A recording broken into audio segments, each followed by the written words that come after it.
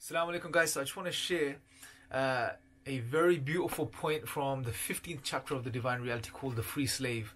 Now, in this particular section, the whole chapter is regarding worship. Now, let me give you a bit of context before we go into this section. We know the core essence of Islam is submission.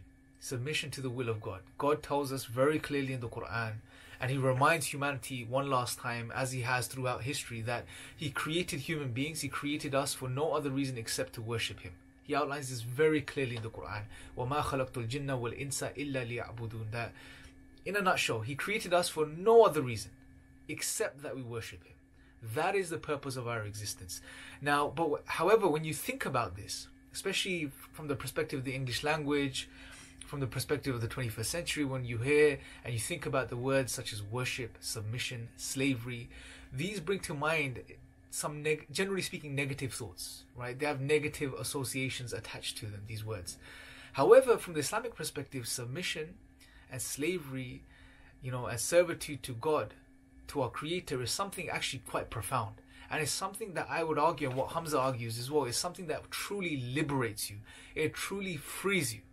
Now, you may be thinking, hold on a second, isn't that a contradiction? On one hand, you're saying submission and slavery and servitude. On the other hand, you're saying this equals freedom and, liberation. How does this work? Now, what he points out, and I'm going to summarize this in my own way, what he basically says, and he highlights, is that, look, this whole idea of being free and liberated is actually not true. If you really think about it, you scrutinize this idea, because the reality is every single human being is a slave, is submitting to something or the other. Nobody's free. So the idea of freedom is just illusory. It's just there. It's something that's sold to us. It seems quite appealing. But when you really scratch the surface, what you realize is, hold on a second, no one is really free. No one is, free in the true sense of being free, because everyone is submitting to something. Everyone is a slave of something. Some people submit to materialism, right? He points this out in this chapter, that there are some people out there that are slaves of this materialistic ideology, this materialistic outlook on life, where they define themselves through material possessions. Others are slaves to other people, other human beings. Others may be slaves to themselves. Because take the most extreme example, for example, right? For example, take the person who says, I am free, I follow no one, I follow no system, no person, no ideology, nothing, right? I do what I want to do. Now, this individual, the clues in what they say, I do what I want to do. This individual is submitting to themselves. They're a slave of their own desires, their own wants, their own notions of what right and wrong is, what they should and shouldn't do. They're a slave to their own desires. So in the grand sense of, in the grand scheme of things, if we really scrutinize this idea, what you realize is that no one is truly free. However, what Islam does is something very remarkable. What Islam offers you, Islam comes in to awaken humanity, to wake us up to the reality that, look, hold on a second, you were created to be a slave of the Creator. And it's through the submission and servitude to God that you will find true liberation and freedom from a worldly sense, from a worldly perspective. Because think about this for a second. When the human being truly submits himself and enslaves himself to his Creator, right? So he is no longer a slave to anything else. That means he is completely submitting himself to the best of his ability to his Creator. And as soon as he does this, as soon as he gives himself or she gives herself over to his or her Creator, then at that very moment they become free from a worldly perspective. No longer are they a slave to material things. No longer are they a slave to money or other people or ideas and X, Y, and Z, or even their own desires. Because now they're not following what the direction their desires are pushing them towards.